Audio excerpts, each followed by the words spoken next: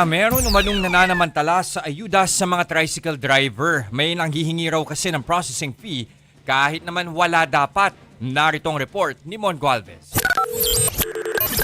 Halos kalahating oras din nagtagal sa payout site sa Batasan Hills, Quezon City ang 3 dekada ng tricycle driver na si Angelito Lorena mula Payatas.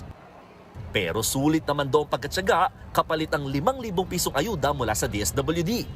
Pagkatanggap ng pera, diretso muna siya sa misis na siyang operator ng minamanehong tricycle. Sinundan namin ang mag-asawa papunta sa gasolinahan para ipa-full tank kaagad ang kanilang kabuhayan. Umabot sa halos 700 ang nagastos nila rito. Mahirap pag walang gasolina eh. Oo, kasi mahal ang gasolina eh. Pag naubusan ako ng pera, wala nang panggasolina. Puro sa pagkain, baka mahirapan na kami kasi wala nang pera. Napansin namin, bit-bit na rin nila ang bill sa kuryente at tubig. Ito ang sunod nilang binayaran sa halagang 1,800 pesos. Total, may pera na din naman kami. Hawak ko na yung bills. Bayaran ko na para hindi ko na siya iisipin. Ngayon kung ano naman siya, mamamasada, yun na lang yung iipunin namin na para sa susunod na mga araw naman to. Matapos niyan, dumiretso naman ang mag-asawa sa bigasan. Nakabili sila ng kalahating kaba ng bigas at isang tray ng itlog sa halagang 1,600 pesos. Suma total, umabot sa 4,100 pesos ang nagastos nila. May natira pang 900 pesos na pandagdag na raw sa gastusin sa bahay. Para sa aming mga tricycle driver, malaking tulong po siya kasi bukod sa magkakaroon ka ng pang full tank na gasolina, may pambigas ka pa, may pang pamilya pa. Halos ganito rin ang sagot ng ibang tsuper na nakausap namin sa tanong kung saan nila gagastusin ang nakuhang ayuda. Yung 3,000 nilalaan sa gas, yung 2,000 sa gamot tsaka sa bigas. Bahay, pang-ulam, pang-bigas. Sasama na rin po pang budget ng gatas ng apo po. Ang baon na araw-araw sa school. Dagdag upa sa bahay.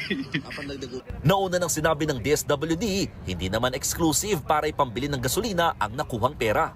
Ako naglagay nito. Ito galing sa taas. Alam ko yan. Pero hindi lahat agad nakakakuha ng ayuda.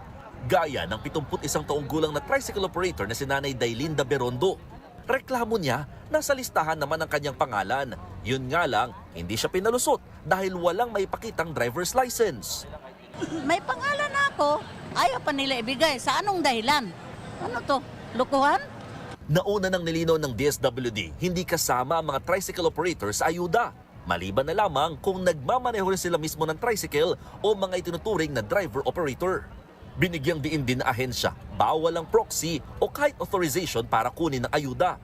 Sa panayam sa programang Sa Totoo Lang, inireklamo ng samahan ng tricycle drivers at operators sa bansa ang nabisto nilang mga nananamantala sa bigayan ng ayuda. Kahapon sa po yun, no? Kahapon pa po pinag-usapan yun na meron po talaga na humihingi pa ng processing fee. Meron pa pong ibang local government unit, may mga stamp pa raw na ibinibigay po. Kaya nga po sabi ko, pato ba naman yan, pagkakapirahan na naman. No? Basta lihitimo ka na nasa listahan ng TODA mo or ng local government unit mo, matatanggap mo ang tulong pinansal. Wala kaming hinihingi na kahit na anong dokumento kung hindi ang driver's license at ang photocopy nito. Tatagal hanggang bukas ang ayuda distribution para sa mga tricycle drivers sa Metro Manila. Sa susunod na linggo naman sisimula ng pamamahagi ng 5,000 pisong ayuda para sa mga motorcycle taxi rider, mga delivery rider, TNVS drivers at jeepney drivers. Habang pagkatapos ng Holy Week, mamimigay na rin ang ayuda para sa mga tricycle drivers sa mga probinsya. Nagbabalita mula sa Frontline, Mon Gualvez, News 5. Mga kapatid, ako po si Ruth Cabal. Dito tayo sa Totoo, dito tayo sa True FM. Mag-follow at mag-subscribe din po kayo sa aming social media accounts at True Network PH. Diyan po yan sa aming X na dating Twitter, sa FB, sa Instagram, sa YouTube, sa TikTok at sa mga podcast. At syempre, tutok din po kayo sa Signal True TV Channel 19.